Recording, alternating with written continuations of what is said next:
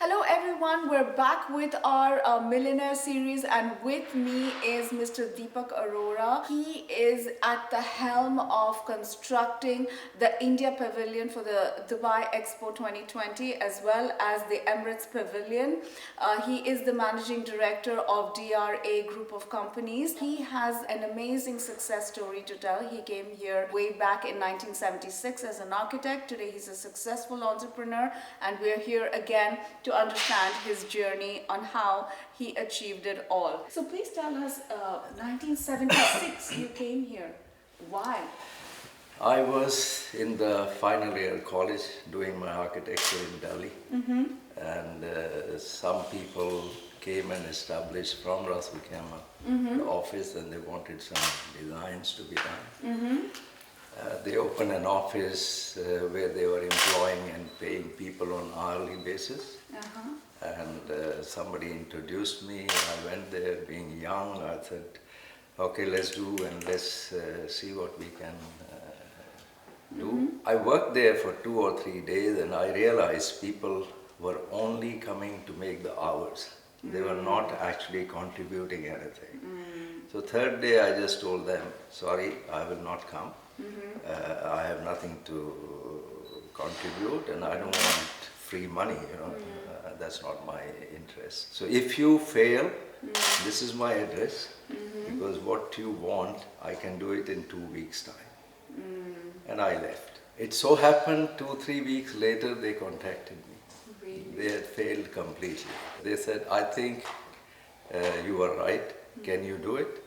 So I did that, whatever I committed, and they gave me decent money for the work we did. And they told me, why don't you come along to Ras Al Khaimah? Okay. And I was in the final year, I still had 3 months to go. I said, no, sorry, I must finish, and then we'll see. They said, maybe there is no second opportunity.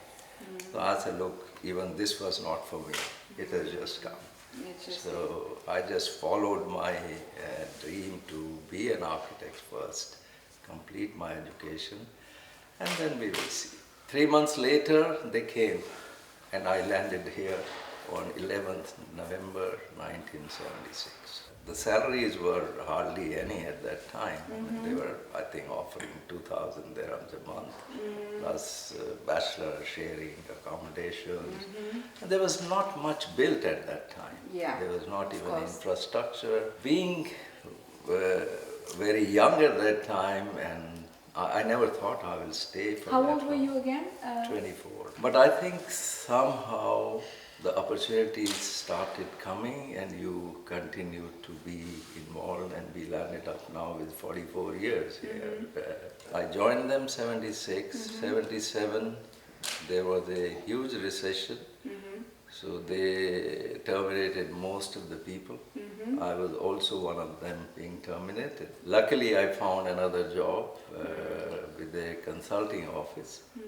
They were doing township of Ras Al Khaimah. I did a lot of town planning work, which was not my field, but I had to educate myself to meet the challenge. We were doing under that one pipeline project for Ras Al Khaimah poultry farm. It's the first poultry farm project coming up in UAE. And I was appointed by the Kuwaitis to supervise that project. I realized there was a lot of flaws in the construction agreement what they had. Helped them to do in a very professional way. A lot of it I challenged myself and got it done for them on a private basis. My intention always was to be on my own, not work for others. That was always in the back of mind. So it so happened by the time we got to 1980, project was ready.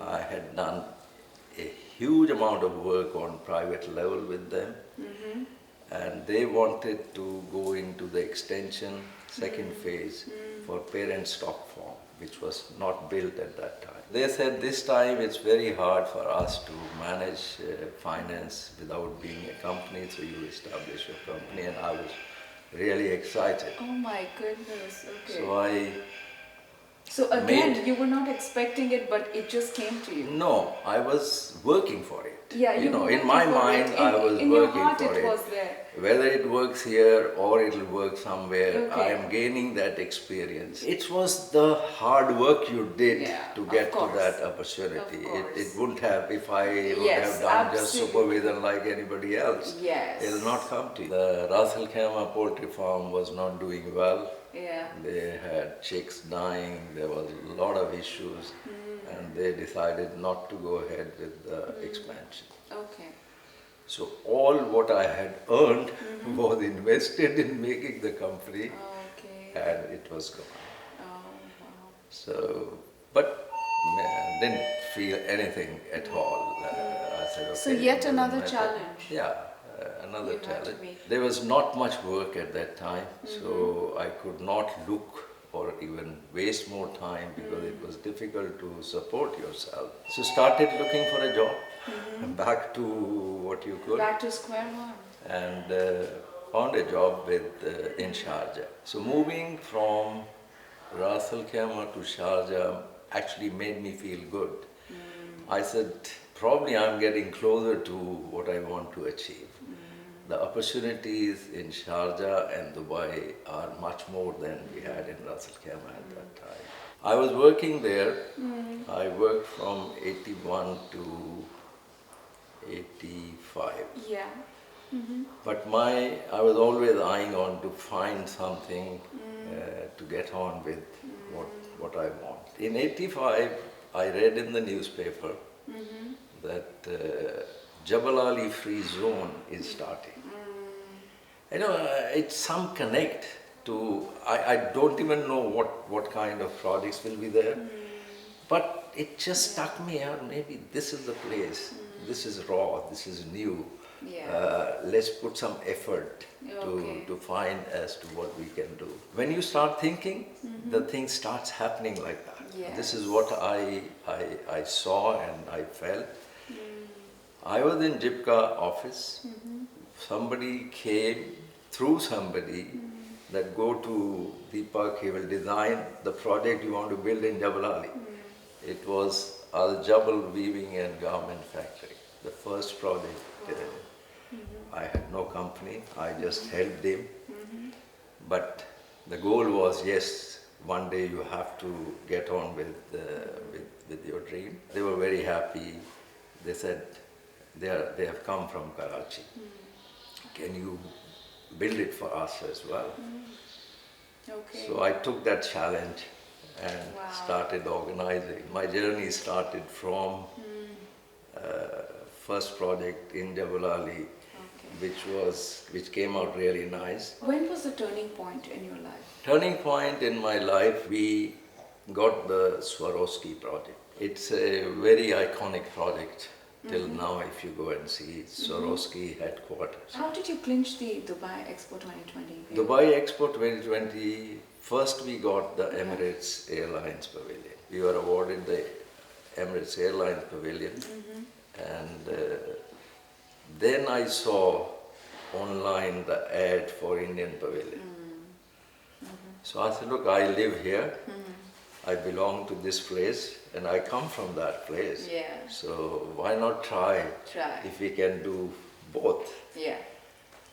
And we started pursuing whatever requirements were there, and luckily we could meet all their technical requirements. Right. Yeah. And that led to us getting the Indian Pavilion. This is the amazing journey of Mr. Arora. For the complete story, please log on to www.gulfnews.com. You can also see our other millionaire series stories. They're all published online, so take a look at that as well. This is Anjana Kumar for Gulf News.